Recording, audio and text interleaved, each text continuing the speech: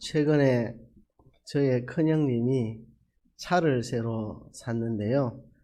그동안 타던 차 중에 한 대를 저한테 줬습니다. 그래서 제가 받았습니다.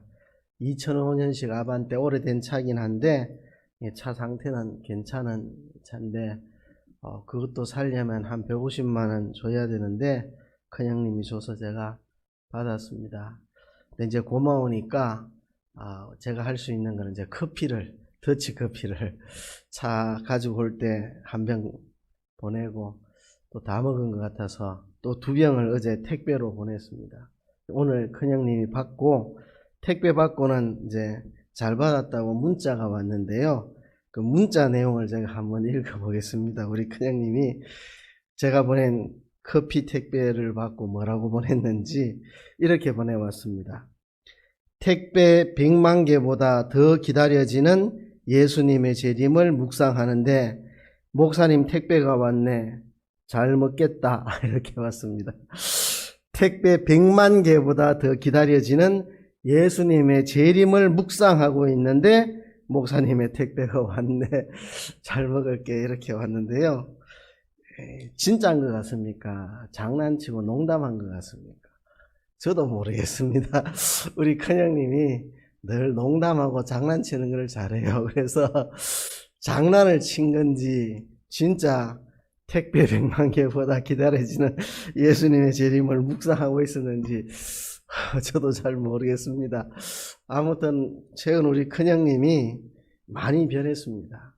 그렇게 못 끊던 술도 끊고 그동안에 몇 번을 시도하다 실패했는데 이번에는 제대로 끊어가지고 아마 술 안 먹은 지가 몇 년이 됐는지 모르겠어요. 오래됐습니다. 상당히 오래되고 이제 교회에서 안수 집사 작년 12월에 안수 집사로 세움을 받고 그래 있는데 또 정치적으로 굉장히 관심이 많고 상당히 좌파적인 성격을 가졌는데 그것도 이제 다 사라지고 없고 우리 큰형님이 많이 변했는데 이 진심 같기도 하고 그죠? 근데 왜 갑자기 택배 100만 개보다 더 기다려지는 예수님의 재림을 묵상하고 있다고 말을 했는지 그 교회도 예수님의 재림에 대한 설교가 지금 계속 이어지고 있는지 아니면 몰래 우리 교회 설교 동영상을 본 건지 아니면 이 성령의 특별한 감동으로 그렇게 서로 공감이 된 건지 모르겠습니다만은 택배 100만 개보다 더 기다려지는 예수님의 재림을 묵상하는데 택배가 왔다고 기분은 좋습니다. 우리 형님이 이렇게 문자를 보내와서 기분은 좋은데요. 택배 내가 꼭 갖고 싶은 거를 주문해가지고 택배로 오면 되게 기다려지시잖아요. 그죠? 택배 오면 가슴이 설레고 내가 꼭 갖고 싶은 거를 주문했는데 그럼 택배가 더 기다리십니까? 예수님 재림이 더 기다리십니까? 어느 게 더 기다리십니까? 택배 100만 개 하고 예수님의 재림하고 어느 게 더 기다려지십니까? 우리 남산교회 성도님 특별히 수요일 예배 나오시는 분들은 택배 100만 개 아니라 1000만 개보다도 예수님의 재림이 더 기다려지시겠죠. 주일날 우리가 베드로후서 3장을 보았습니다. 예수님의 재림을 준비하는 우리가 어떠한 사람이 되어야 마땅하냐? 거룩한 행실과 경건함으로. 거룩은 구별하는 거고 경건은 하나님 앞에서 사는 거. 구별해서 살면 금방 사람이 깨끗해지고요. 하나님 앞에서 살면 금방 사람이 깨끗해집니다. 그래서 거룩과 경건으로 하나님의 날이 임하기를 바라보고 간절히 사모하고 새하늘과 새 땅을 소망하고 그렇게 살아가는 사람이 되어야 한다 말씀드렸고 오후에는 재림을 준비하는 우리가 무엇을 해야 하는가 마태복음 24장을 통해서 무엇을 해야 하는지를 간단하게 살펴봤습니다. 제자들이 예수님에게 물었습니다. 감람산에서 예루살렘 동편에 있는 감람산에서 예수님에게 물었습니다. 예루살렘의 멸망, 예수님의 재림, 세상 끝날 그때의 징조가 무엇이냐고. 제자들은 징조에 관심이 있었지만 예수님의 대답을 보면 징조보다도 우리가 어떻게 살아야 하느냐에 예수님은 관심이 있으셨습니다. 그래서 우리가 어떻게 살아야 될지를 가르쳐 주셨는데요. 재림은 미래의 문제가 아니고 현재의 문제입니다. 그죠? 제자들은 재림을 미래의 일로 생각했습니다. 그때 가면 어떤 징조가 나타날까? 징조는 그때 가서 나타나는 거잖아요. 그러니까 그때 가서 어떤 징조가 있겠느냐? 미래에 관심이 있었지만 예수님은 현재에 관심이 있었습니다. 그죠? 징조보다도 너희가 이렇게 살아야 된다. 이렇게 살아야 된다. 재림은 미래의 문제가 아니고 현재의 문제입니다. 오늘을 어떻게 살 것인가의 문제입니다. 재림을 기다리고 있는 사람은 오늘을 다르게 살아갑니다. 우리에게 있어서 재림은 미래의 문제가 아니고요. 오늘 현재의, 오늘을 어떻게 살 것인가의 문제입니다. 그래서 예수님은 간단하게 징조를 이야기해 주시면서 각 징조마다 어떻게 살아야 할지를 말씀하셨습니다. 거짓 그리스도가 나타날 건데 너희는 사람의 미혹을 받지 않도록 조심해라. 전쟁과 기근 이런 일들이 있을 텐데 너희는 두려워하지 말아라. 이렇게 또 핍박과 환란이 있을 텐데 너희는 끝까지 견뎌야 된다. 그렇게. 그리고 땅끝까지 복음이 전거되면 끝이 온다. 그러므로 복음 전하는 일에 너희들은 힘써야 한다. 그리고 멸망에 가정한 것이 거룩한 곳에 설 때가 오는데 너희는 멸망을 받지 않도록 산으로 도망가고 집에 세간을 가지려고 돌이키지 말고 도망을 가라. 자, 이런 징조들은 우리가 조심해야 되는데요. 어떤 사람들은 역사의 어떤 특정한 사건과 연결을 시키려고 시도하는 사람들이 있는데 역사의 특정한 사건하고 연결시키기는 어렵습니다. 멸망에 가정한 것이 거룩한 곳에 서는 것은 초대교회 때도 있었고 과거에도 있었고 지금도 있고 물론 마지막 때가 임박했을 때는 엄청난 일들이 있겠지만 작게는 언제나 있습니다. 멸망에 가정한 것이 거룩한 곳에 서는 거, 그죠? 완전히 사기꾼이 목사가 돼가지고 강단에서 설교를 하는 그런 사기꾼 목사도 있겠죠. 그러면 멸망에 가정한 것이 거룩한 곳에 선 거잖아요, 그죠? 그런 거잖아요. 뭐 얼마든지 그런 일들은 있을 수가 있죠, 그죠? 완전히 돈밖에 모르는 사기꾼이 총회장이 될 수도 있을 거고, 뭐 얼마든지 그럴 수 있죠, 그죠?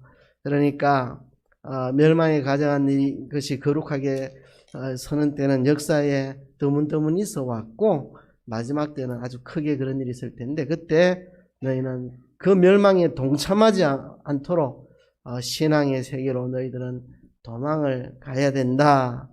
그렇게 말씀을 하셨고 그리고 거짓 선지자들이 큰 기적과 기사를 행할 텐데 그래도 믿지 말아라. 그래도 그런데 믿지 말아라. 하여튼 이런저런 말씀들을 해 주셨습니다.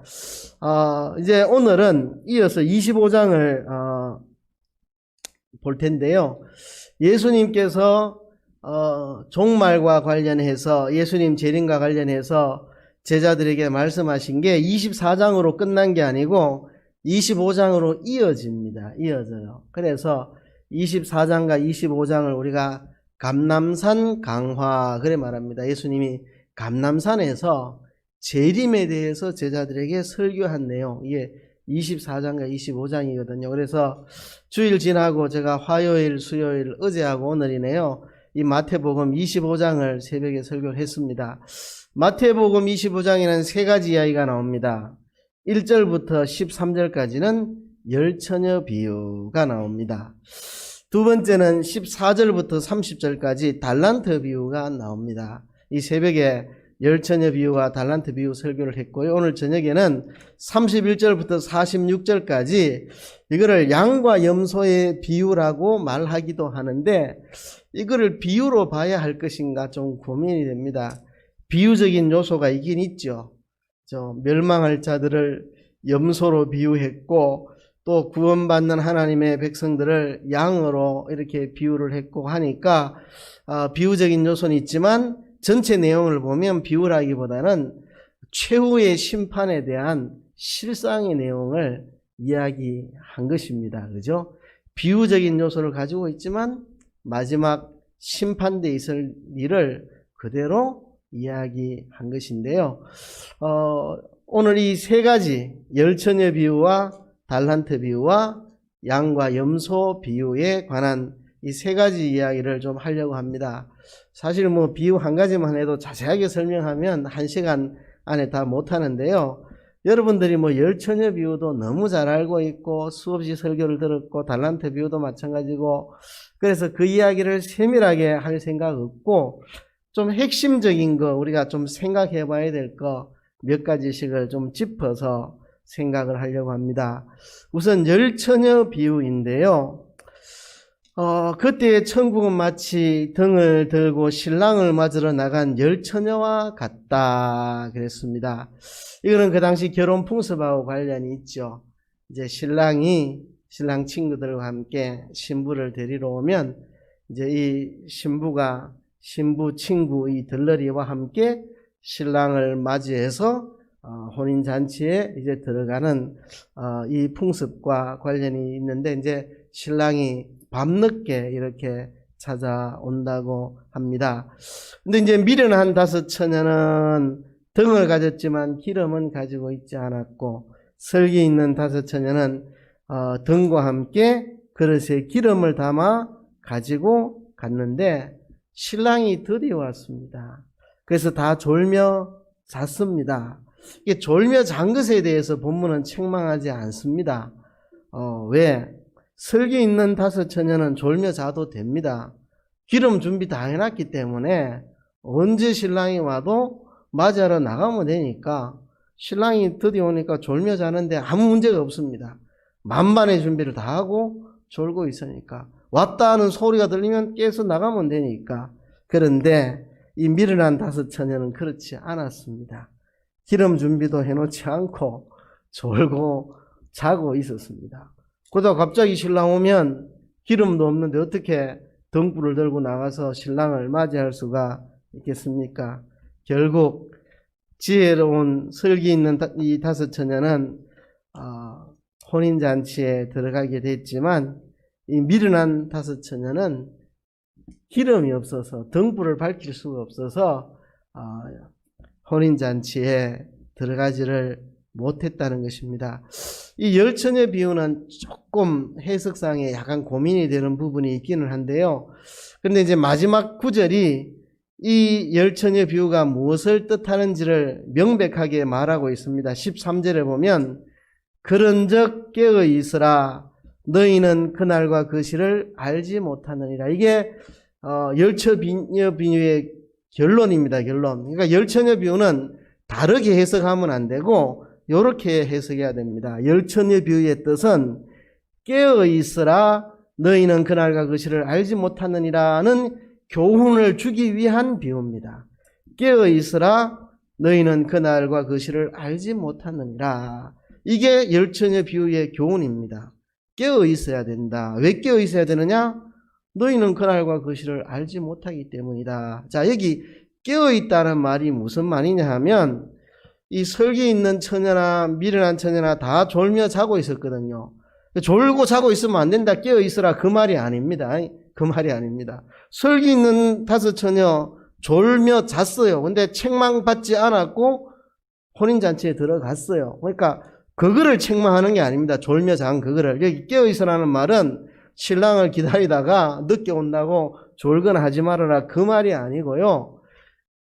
그날과 그 시를 알지 못하니까 항상 긴장하고 깨어서 준비하고 있어라. 여기서 깨어 있으라는 말은 다른 말로 하면 예비하고 있어라, 준비하고 있어라 그 말입니다. 그날과 그 시를 알지 못하니까 준비하고 있어야 된다 하는 겁니다. 여러분, 그날과 그 시를 알면 준비 안 하고 있어도 됩니다. 그날과 그 시를 알면. 자, 신랑이 밤 11시 30분에 온다 알고 있으면 11시까지 놀다가 30분 동안 기름 준비해 놓으면 되잖아요. 그죠? 그런데 신랑이 언제 올지를 몰라요. 그러면 어찌해야 됩니까? 항상 준비하고 있어야 되죠. 초저녁에 7시에 올지, 아니면 8시에 올지, 9시에 올지, 새벽 3시에 올지 모르잖아요. 언제 올지 모르니까 일찍부터 준비해놓고 기다려야 된다는 겁니다. 여기서 깨어있으라는 말은 신랑을 맞이하러 기다릴 때 졸며 자지 말고 깨어있으라 그 말이 아니고, 여기서 깨어있으라는 말은 예비하고 있으라. 기름 준비해놓고 예비하고 있으라. 예비가 다 됐으면 뭐 좋을 수도 있고 잘 수도 있고 아무 상관없습니다. 준비 다 돼 있는데 뭐 맞이할 준비가 완벽하게 다 돼 있는데 뭐 그냥 졸아도 되고 자도 됩니다. 그러니까 여기 깨어있으라는 말은 예비하고 준비하고 있어야 된다. 왜? 그날과 그 시를 모르니까. 그죠? 예를 들자면 우리가 일상을 살 때도 그날과 그 시를 모르면 항상 준비하고 있어야 됩니다. 예를 들면 제가 어떤 전자제품을 샀는데 이게 고장이라서 교환을 받아야 되는데 전화를 하면 이제 택배기사 보낼 테니까 준비해 놓으세요. 택배기사 언제 오는데요? 그러면 월요일에 갈 수도 있고 화요일에 갈 수도 있습니다. 확실치 않습니다. 이러면 월요일에 올지 화요일지도 몰라요. 월요일 아침에 올 수도 있고 화요일 밤에 올 수도 있습니다. 그러니까 월요일 아침부터 딱 준비해 놓고 기다려야 되죠. 언제 올지 모르니까. 그죠? 언제 올지 모르면 일찍부터 준비해 놓고 기다려야 됩니다. 준비 안 하고 에이 월요일 오겠나 화요일 오겠지 이라고 준비 안 하고 있는데 택배기사 나타나면 그때 포장한다고 막 호들갑 떨고 박스 어디 있노 테이프 갖고 와라 가위 갖고 와라 그하다가 택배기사 화나가 집에 그냥 가버립니다. 차 지나가버립니다. 그러니까 언제 올지 모르면 항상 예비하고 있어야 되는 거죠. 누가 내 태우러 오는데 1시부터 2시 사이에 갈 건데 언제쯤 도착할지 모르겠다 이러면 1시 전에 다 준비해 놓고 있어야 되지. 언제 올지 모르니까. 그렇잖아요. 그러니까 준비하고 있어야 된다. 준비하고 예비하고 있어야 된다는 거죠. 미련한 다섯 처녀 왜 미련을 합니까? 등을 가졌지만 기름을 가지고 있지 않았습니다. 그래서 그 등에는 기름이 조금밖에 없었고 등불이 꺼져가고 있는데 신랑을 맞이하려면 기름이 있어야 됩니다. 그런데 준비를 안 했습니다. 좀 이따 오겠지 뭐. 에이, 저녁에 오겠나 보통 좀 밤이 깊어야 오지. 이따가 좀 놀다가 기름은 좀 천천히 준비하고 극하다가 잠들어 버렸습니다. 그래서 신랑이 딱 소리 듣고 퍽 깼는데 아차 큰일 났다. 이 기름 사러 안 갔다. 이래 된 거죠. 미리 준비하고 있어야 되는데 준비 안 하고 자꾸 미루는 거죠. 에이, 좀 이따가 좀 카카오톡도 좀 하고 그죠? 게임도 한번 하고 전화도 한 통 하고 아이스크림도 하나 사 먹고 놀다가 좀 이따가 극하다가 잠들어 버려 가지고 기름 준비를 영 못한 채로 신랑을 맞이해 가지고 혼인잔치에 못 들어갔다는 거죠. 그러니까 준비하고 있어야 된다. 예수님 재림 언제일지 모릅니다. 준비하고 있어야 됩니다. 준비하고 그 준비를 미루면 안 됩니다. 많은 사람들이 자꾸 미룹니다. 그죠? 언제 시험 친다 이러면 미리부터 준비해서 공부를 해야 되는데 내일부터 공부하자, 모레부터 공부하자, 자꾸 미룹니다. 미뤄요. 성경 암송대회 10월 31일 다음 주부터 배운다. 다음 주부터 배운다. 자꾸 미루다가 이제 암송대회 날짜 되면 큰일 났다 이렇게 되는데 지혜 있는 사람은 미리 준비하는 겁니다. 미리 준비 다 해놓고 기다려야 돼. 다 해놓고 그죠? 그래서 예수님의 재림을 미리 준비해야 한다. 그리고 임박해서는 준비할 수가 없다. 닥쳐가지고 안 됩니다. 어떤 사람 나는 내 멋대로 살란다. 멋대로 살고 예수님의 재림 임박할 때 정신 차리고 내가 죽음 임박하기 때 죽기 전에 내가 정신 차리겠다. 그죠? 그때는 때가 늦습니다. 늦어요. 그죠? 우리가 성경에 예수님의 재림을 이야기할 때 때와 시기에 관한 것은 우리에게 중요하지 않습니다. 내가 살아있는 동안에 예수님 안 와도 아무 상관없습니다. 내가 예수님께로 갈 거니까. 그죠? 우주의 종말이나 내 개인의 종말이나 결과적으로 내한테는 똑같습니다. 예수님이 내한테 오시나 내가 예수님한테 가나 그게 그것이 뭐 그죠? 그러니까 내가 살아있을 때 예수님 오시고 안 오시고 아무 문제 없습니다. 내가 살아있을 때 예수님 안 오시면 내가 죽어서 예수님께로 갈 텐데, 그죠? 우주의 종말이나 개인의 종말이나 맹 똑같습니다. 그죠? 그게 언제 올지 모릅니다. 우주의 종말도 언제 올지 모르고, 내 개인의 종말도 언제 올지 모릅니다. 그러니까, 깨워 준비해야죠. 난 나이가 어리니까, 좀 내 멋대로 살다가, 좀 이제, 나이가 들면 그때 정신 차리고 신앙생활 열심히 해야지. 천만에요. 내가 죽을 날이 내일일지 누가 압니까? 누가 알아요? 아무도 모릅니다. 아무도 몰라요. 이번에도 참 마음 아프게도 전국에 이 비 피해로 죽은 사람들이 여기저기 나오고 그랬는데, 그죠? 우리의 개인의 죽음은 언제 예비되어 있을지 모릅니다. 그러니까 준비해야 됩니다. 기름 준비해야 됩니다. 이게 기름은 대체로 비슷하게 해석을 합니다. 성경에서 주로 성령을 기름으로 상징한 때가 많이 있습니다. 그래서 성령과 진리의 은혜를 내 안에 가득 채우는 거, 그게 기름 준비하는 거죠. 그죠? 성령과 진리의 은혜를 내 안에 가득 채우는, 그게 이제 기름 준비하는 것입니다. 그 기름 준비를 현실 속에서 날마다 기회 있을 때 준비를 해야 됩니다. 준비를 해야 돼요. 재림이 임박해가지고 그때 준비한다고 설쳐봐야 그때는 준비 못합니다. 그러니까 이 열처녀 비유의 핵심은 이겁니다. 그런즉 깨어 있으라. 너희는 그 날과 그 시를 알지 못하느니라. 우리는 우주의 종말도 내 개인의 종말도 그 날과 그 시는 모릅니다. 모르면 일찍부터 준비해놓고 기다려야 되죠. 여기 깨어 있으라는 말은 예비하라, 준비해라, 미리 준비해라. 그게 설기 있는 사람이죠. 준비 안 하고 있다가 갑자기 신랑을 맞이해가지고 혼인잔치에 못 들어가는 건 미련한 사람, 거죠. 그러니까 우리가 준비해야 돼요, 준비. 자꾸 세월 보내지 말고, 돈 좀 벌어놓고 준비하지, 뭐 해놓고 준비하지, 맨날. 그게 미련한 사람. 극하다가 깜빡 줘라. 돈 좀 벌어놓고, 노후 준비해놓고 기름 준비하지. 하다가, 그만 기름 준비하는 거 깜빡 잊고 졸아버립니다. 그러다가 예수님 재림, 큰일 났다. 이렇게 되는 거죠. 그러니까, 지혜 있는 사람은 미리 예비를 합니다. 예비를. 언제 올지 모르니까. 언제 모르니까. 그죠? 지금 10분 후에 예수님 재림할지도 모르잖아요. 1시간 뒤에 내가 죽을지도 모르고. 그러니까, 준비를 해야 돼요, 준비를. 언제든지, 주님 맞을 기름 준비, 언제든지, 해놓아야 된다는 거. 이게 열처녀 비유입니다. 두 번째는요, 달란트 비유. 어떤 사람이 타국에 가는데, 종들을 불러서 자기의 소유를 맡기고 갑니다. 근데 재능대로 맡깁니다. 어떤 사람에게는 1달란트, 어떤 사람에게는 2달란트, 어떤 사람에게는 5달란트, 재능대로. 그죠? 5달란트 감당할 수 있는 사람은 금 5달란트. 이 사람은 5달란트도 감당할 능력이 안 된다. 그럼 2달란트. 이 사람은 1달란트밖에 감당 못하겠다. 1달란트. 그렇게 주고, 타국으로 멀리 떠납니다. 그런데 5달란트 받은 사람은 바로 가서, 오늘 본문에 보면 바로 지체하지 않고 바로 가서 장사를 해서 5달란트를 남겼고, 2달란트 받은 사람도 그와 같이 바로 가가지고 장사해서 2달란트를 남겼는데, 1달란트 받은 사람은 땅에 파묻어 두었습니다. 이제 옛날에 은행이 없던 시절에 돈을 보관하는 방법은 땅에 파묻어 두는 겁니다. 파묻어 두는 거.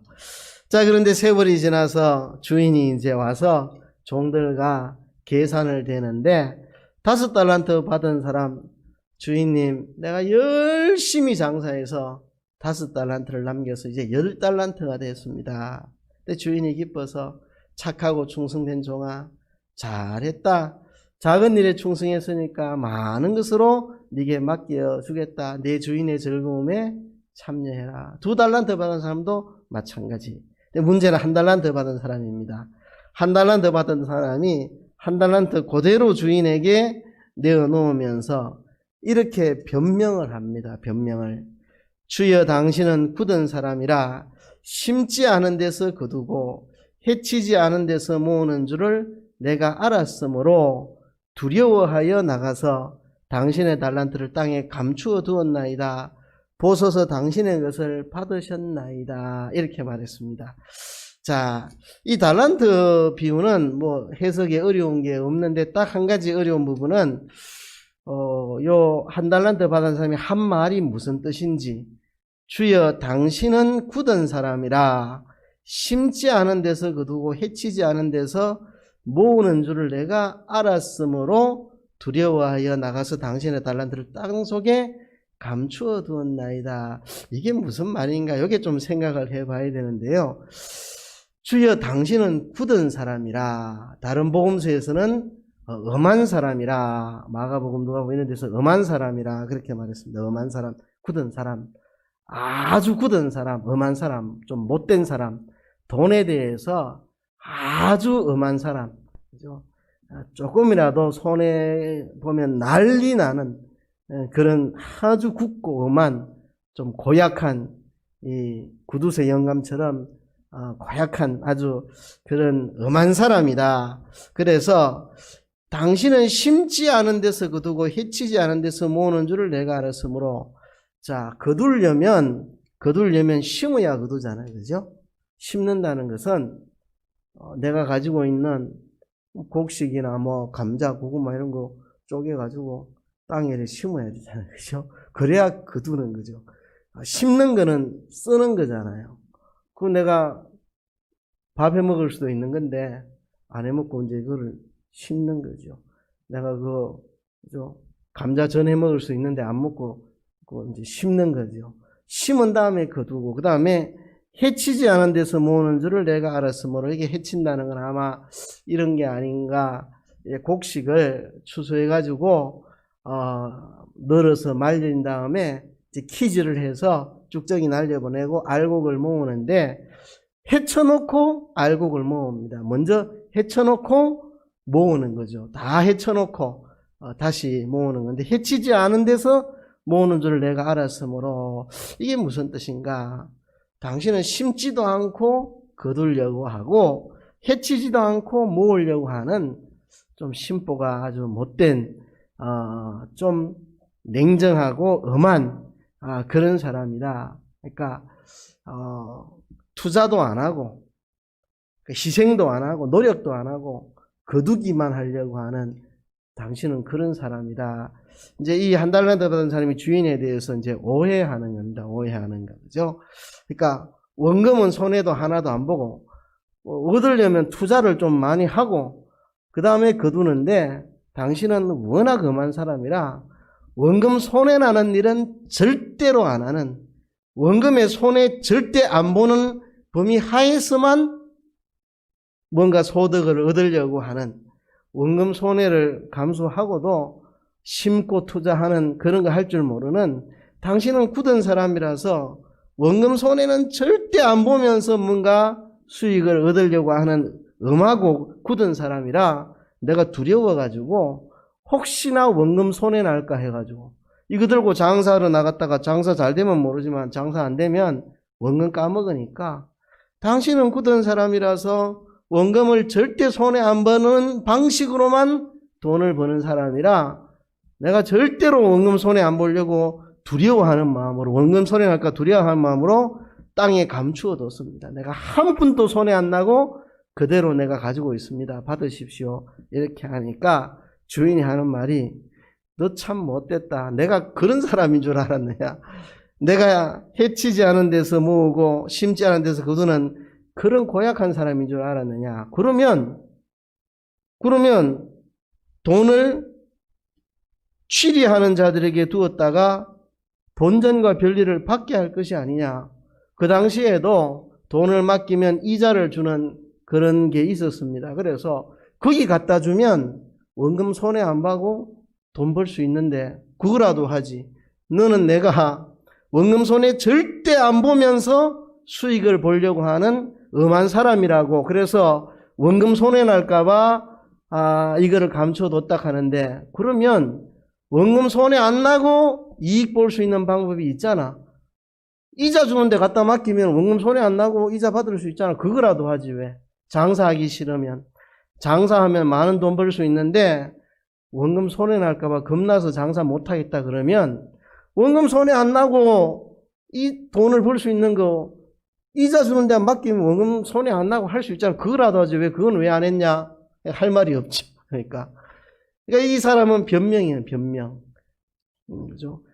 주인을 그렇게 나쁜 사람으로 오해를 했다 할지라도 워낙 주인이 뗀뗀한 사람이라 굳은 사람이라 원금 손해 날 가능성이 있는 일은 절대 안 하며 돈벌이 하는 사람으로 알았다면 은행이라도 갖다 맡겨가지고 이자라도 찾아와야 될 거 아니냐고 그것조차도 안 하는 너는 악하고 게으른 종이다. 네 악하고 게으른 종이다. 그렇게 책망을 했습니다. 자, 여기에서 우리가 좀 생각해 볼 게 있습니다. 하나님이 우리에게 재능을 따라 맡겼습니다. 그죠? 너는 목사, 너는 장로, 너는 집사, 너는 권사, 그죠? 너는 구역 식구가 몇 명, 너는 몇 명, 너는 몇 명, 다 재능을 따라 하나님 맡겨주셨습니다.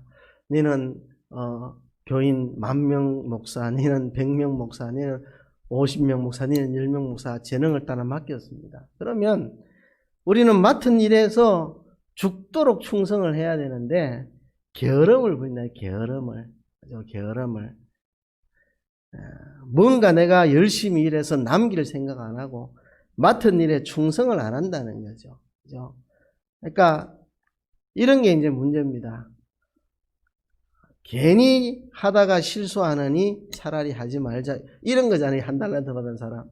괜히 나섰다가 일 잘못되면은 혼날지 모르는데 나서지 말고 무조건 가만히 있자. 가만히. 이게 이 한 달란트 받은 사람의 문제입니다. 그죠? 어차피 이 종들이 열심히 일해서 남겨도 자기 돈 아닙니다. 주인 거잖아요. 그죠? 그러니까 이게 훌륭한 거죠. 자기 거 아니지만 내가 종이 되었으면 내가 주인을 사랑하는 마음으로 주인을 위해 열심히 일해서 주인의 재산을 증식시키는 거죠. 이게 해야 될 일이죠. 근데 한 달란트 받은 사람은 어차피 열심히 해가지고 남겨봐야 내 돈 아니고 주인 거고, 근데 하다가 잘못해가 까먹으면 내가 주인한테 혼날 거고, 혼 안 나는 게 상책이다. 어차피 남겨봐야 내 돈 아니고 주인 건데 뭐 열심히 할 필요 없고 나는 혼만 안 나면 된다. 땅에 파묻어 놓고 원금 손해 안 받는 게 최고다. 이 게으른 겁니다. 악하고 게으른 종. 그죠? 근데 반대로 2달란트 5달란트 받은 사람은 착하고 충성된 종. 착한 거, 선한 거. 선하다는 것은 하나님 중심하는 거죠. 그죠? 나를 생각지 않고 그거 장사해가지고 손해 안 보고 5달러 남기려 하면 얼마나 잠 안 자고 연구해가 얼마나 고생해서 했겠습니까? 그죠? 자기를 돌아보지 않고 주인에 맡겨준 그 일을 하는 거죠. 그게 선한 겁니다. 근데 이 한 달란트 받은 사람은 자기만 생각합니다. 주인은 생각 안 합니다. 주인이 이거를 왜 맡겼고 어떻게 하라고 맡겼는지 그 하나도 생각 안 합니다. 내만 생각합니다. 원금 안 까먹고 혼 안 나야 되겠다. 그러니까 악한 자. 게으른, 악하고 게으른 거죠. 그래서 이 달란트 비유에서 이 사람이 살인을 한 것도 아니고 간음을 한 것도 아니고 도적질한 것도 아닙니다. 충성하지 않은 게 잘못입니다. 여러분, 우리 착각하면 안 됩니다. 나는 간음도 안 했어요. 살인도 안 했어요. 난 도적질도 안 했어요. 이러면 신앙생활 잘한 거 아닙니까? 그건 착각입니다. 그죠? 마지막 심판날 간음했냐 안 했냐 뭐 그런 것도 심판에 들어가겠지만 충성했나 안 했나, 충성했나 안 했나, 내가 맡겨준 거 충성했나 안 했나, 열심히 충성해서 노력했나 안 했나, 그냥 적당하게 노력 안 하고 이렇게 적극적으로 애쓰지 않고 소극적으로 원금만 안 까먹으면 된다, 혼만 안 나오면 된다, 이러고 사는 그게 혼날 겁니다. 그러니까 이 종은 혼나지 않으려고 땅에 파묻어뒀는데 그게 혼날 원인이 된 겁니다. 자기는 원금 까먹으면 혼날까봐 땅에 파묻어뒀는데 주인은 그걸 혼내는 겁니다. 땅에 파묻어둔 거를. 내가 그 파묻어두라고 했나? 열심히 일해서 남기라고 준 거지. 자기는 혼 안 날라고 땅에 파묻어놨는데 그것 때문에 혼나는 겁니다. 우리가 주님 앞에 이 혼나는 거는 살인해서 혼나는 거 아니고, 간음해서 혼나는 거 아니고, 도둑에서 혼나는 게 아니고, 주님이 맡겨주신 일에 충성 안 하고 게으름 부린 거에 대해서 혼이 날 겁니다. 적어도 남산교회 뭐 장로, 집사, 권사 되면 뭐 살인이나 간음이나 도적질 정도는 당연히 안 하겠죠. 그죠? 예. 우리가 혼날 거는 맡겨준 일 충성 안 하고 게으름 부린 겁니다. 게으름 부린 거. 그것이 우리가 혼날 겁니다. 그리고 착각하면 안 됩니다. 나는 세상 사람들처럼 간음도 안 해요. 바람도 안 펴요. 난 도적질도 안 해요. 나는 성실하게 일해서 내먹고 살아요. 그러니까 나는 신앙생활 잘하고 있어요. 이러면 착각입니다. 착각. 주님 맡겨주신 일에 힘을 다하기 위해서 5달란트 가지고 5달란트 남기려고 하면 정말 열심히 했을 겁니다. 정말 열심히. 그렇게 하라는 거죠. 마지막에 이제 이 양과 염소 비유, 뭐 내용 다 아는 거니까 설명하지 않겠습니다. 그리고 핵심적인 것만 이야기하겠습니다. 자, 마지막 날 사람을 양과 염소 둘로 세상 모든 민족을 나누어서 심판하시는데, 상 받을 자들, 칭찬 들을 자들, 내가 배고플 때 먹을 거 좋고, 목마를 때 마실 것 좋고, 나그네 됐을 때 영접해 줬고, 그리고 헐벗을 때 입혀줬고, 그리고 내가 병들었을 때, 옥에 갇혔을 때 와봤지 않느냐? 깜짝 놀랍니다. 너가 언제요? 이 소자에게 한 것이 내게 한 것이다. 또 반대로 심판받을 자들, 너희는 이 6가지 상황에서 내게 돌아보지 않았다.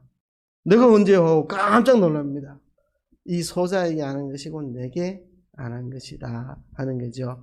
그러니까 주님의 심판, 재림을 준비하는 것은 이 6가지 상황으로 대표되는 이런 어려운 처지에 있는 사람들을 돌아보는 겁니다. 육신적으로도 배고픈 사람 먹여줘야 되고, 목마른 사람 마시게 해줘야 되고, 나그네 외로운 사람들이잖아요. 돌봐야 되고, 그죠? 그리고 헐벗은 사람 입혀줘야 되고, 옥에 갇힌 사람, 병든 사람 돌아봐야 되고, 정서적으로도 우리가 그런 6가지 상황에 있는 사람들 내가 돌봐야 되고, 영적으로도 영적인 배고픔, 영적인 목마름, 영적인 외로움, 영적인 병듦, 이런 상황 속에 있을 때 우리가 돌아봐야 돼요. 이 6가지 상황, 이게 육신적이든 정신적이든 영적이든 이 6가지 상황에 대해서 이 6가지로 대표되는 모든 상황이죠. 대표적으로 6가지로 말했는데 우리가 돌아봐야 됩니다. 지극히 작은 소자 하나에게 한 것이 주님에게 한 것이다. 마지막 날에 다 놀랄 겁니다. 내가 그냥 저 보잘것없는 사람에게 한 것이 주님에게 한 것으로 상 받는다. 그것도 깜짝 놀랄 일이고, 내가 저 보잘것없는 사람에게 안 한 거 별것도 아닌 줄 알았는데 그게 심판이 된다고 그날 다 놀라게 될 것입니다. 자, 여기서 이제 말씀을 맺으면서 몇 가지 결론을 좀 내려보겠습니다. 이 비유들을 쭉 살펴보면 공통점들이 있습니다. 공통점들이 뭐냐 하면 주님이 맡겨주신 사람, 주님이 맡겨주신 일, 그것에 충성을 다해야 된다는 겁니다. 24장에서도 주인이 맡겨준 식구들을 때를 따라 양식 나눠주는 일을 하라고 그랬죠. 마지막 결론도 지극히 작은 소자 하나에게 배고플 때 먹여주고 목말 때 마셔주고 옥에 갇혔을 때 병들었을 때 돌아보고 그런 일을 하라고 했죠. 그러니까 주님이 맡겨주신 사람 잘 돌보는 거, 주님 맡겨주신 일 잘 감당하는 거, 주님 맡겨주신 것 충성 다하는 거, 그게 주님 재림을 준비하는 것이라 하는 것입니다. 또 하나는 작은 것에 힘을 써야 됩니다. 작은 거. 1달란트 받은 사람은 이런 생각을 했을 수도 있습니다. 저 사람 5달란트, 저 사람 2달란트, 난 1달란트인데 이건 뭐 땅에 파다 묻어지 난 1달란트 밖에 안 되는데, 이렇게 생각했을 수 있습니다. 주인이 종들에게 작은 것에 충성했으니 많은 것을 맡기겠다, 이렇게 말. 작은 것에 충성했으니 많은 걸 맡기겠다. 또 여기서도 지극히 작은 자에게 한 것이 내게 한 것이다. 지극히 작은 자에게 하는 것이 내게 하는 것이다. 이랬거든요. 그러니까 지극히 작은 거, 그거에 우리가 힘을 써야 됩니다. 그죠? 보잘것없는 아이 하나에게 한 것이 주님에게 한 것이고, 내가 교회에서 맡은 직분, 뭐 교회에서 비중도 별로 없는 일이고, 그거에 충성을 해야 하는 거예요. 작은 거, 그죠? 나는 재능도 별로 없는데, 그것에 충성을 해야 되는 겁니다. 우리가 작다고 해서 쉽게 생각하는 그것을 우리가 쉽게 생각하지 말고, 그 작은 일에 충성을 해야 한다는 것입니다. 또 한 가지는요, 지금 여기서 책망하는 것들, 이 마태복음 25장의 이 세 가지 비유에서 책망하는 거, 살인했다고 책망하는 거 아닙니다. 간음했다고 책망하는 거 아닙니다. 도적질했다고 책망하는 거 아닙니다. 게을렀다고 책망합니다. 왜 게으름 부리고 기름 준비 안 했노? 왜 게으름 부리고 그 달란트 받은 거 땅에 파묻어두고 게을러가지고 남기지 않았노? 왜 게으름 부리고 그 지극히 작은 소자 헐벗을 때 입혀주지 않고 배고플 때 먹여주지 않고 목마를 때 마셔주지 않았노? 적극적으로 선한 충성을 하지 않은 것에 대해서 심판을 받을 것입니다. 그래도 남산교회 수요일 예배 정도 되시는 분들이라면 여기 계신 분들이 무슨 거짓말하고 사기치고 뭐 도적질하고 하겠습니까? 그런 것 때문에 심판받는 게 아니고 적극적인 순종, 적극적인 충성, 그거 안 한 거를 심판받는 거라는 겁니다. 그러니까 내가 나쁜 짓 안 하고 살았다고 나는 심판 안 받는다 생각하면 그건 착각입니다. 예수님이 지금 마지막 날 심판받는 거는 나쁜 짓 해가 심판받는 게 아니고 선한 충성을 안 한 것 때문에 심판을 받는다고. 기름 준비 왜 안 하고 땡땡이 쳤노? 왜 내가 맡긴 달란트 가지고 열심히 일 안 하고 왜 땡땡이 치고 파묻어뒀노? 왜 6가지 상황에 있는 사람 돌아보라 했는데 왜 안 돌아봤노? 전부 그런 겁니다. 그래서 결론 이 세 가지. 예수님이 지금 재림 준비에 대해서 하시는 말씀 쭉 보니까 첫째는 주님 맡겨주신 사람 잘 돌보고 맡겨주신 일 충성 다하는 거, 이게 재림 준비하는 거구나 하는 그겁니다. 그죠? 그거 첫 번째로 우리가 깨달아야 되고, 두 번째는 작은 것에 인사해요. 작은 거. 지극히 작은 자에게 한 게 내게 한 거다. 작은 것에 충성한 자에게 많은 것을 맡긴다. 그러니까 작은 것에 우리가 힘을 써야 됩니다. 그 다음에 세 번째, 우리가 나쁜 짓 하지 않으면 그날 상 받는 게 아니고, 나쁜 짓 한 것 때문에 우리가 그날 책망 듣는 게 아니고, 적극적으로, 창조적으로 막 힘을 써가지고 선한 일에 충성하지 않은 것을 책망받을 것입니다. 그러니까 여러분, 우리가 적극적으로 선한 일에 충성을 다하는 우리가 되어야 할 것입니다.